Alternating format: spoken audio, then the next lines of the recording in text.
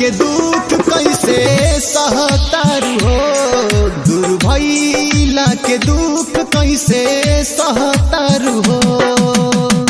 दिल के दर्द केकरा से कहतारू हो, दिल के दर्द केकरा से कहतारू हो। दूर भइला के दुख कैसे सहतारू हो, दूर भइला के दुख कैसे सहतारू हो।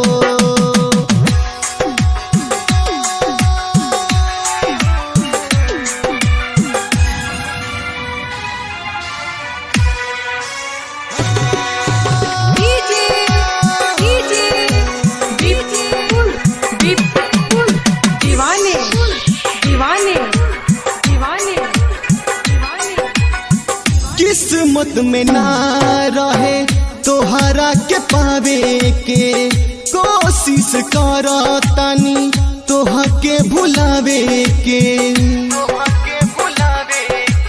ओ किस्मत में ना रहे तोहरा के पावे के, कोशिश करतानी तोह के भुलावे के।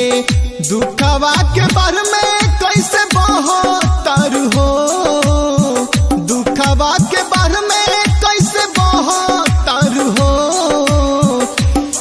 दूर भइला के दुख कैसे सहतारू हो, दूर भइला के दुख कैसे सहतारू हो।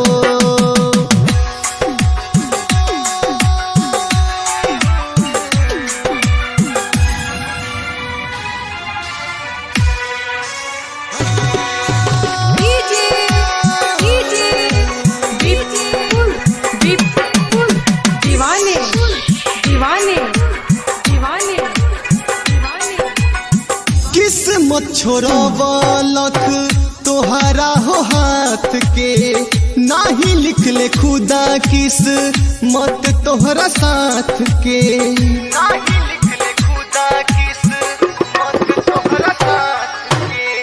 किस्मत छोड़वलक तोहरा हो हाथ के, नाही लिख ले खुदा किस्मत तोहरा साथ के।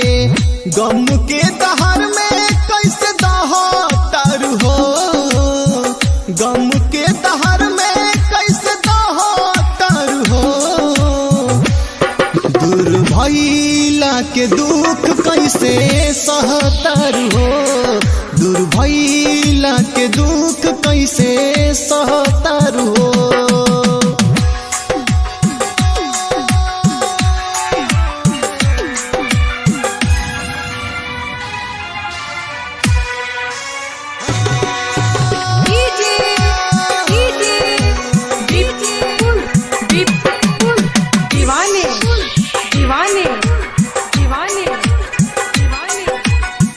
पाठक आलोक अपन किस्मत पे रोएले, मन जय मोहन लोर से तकिया भिगोएले।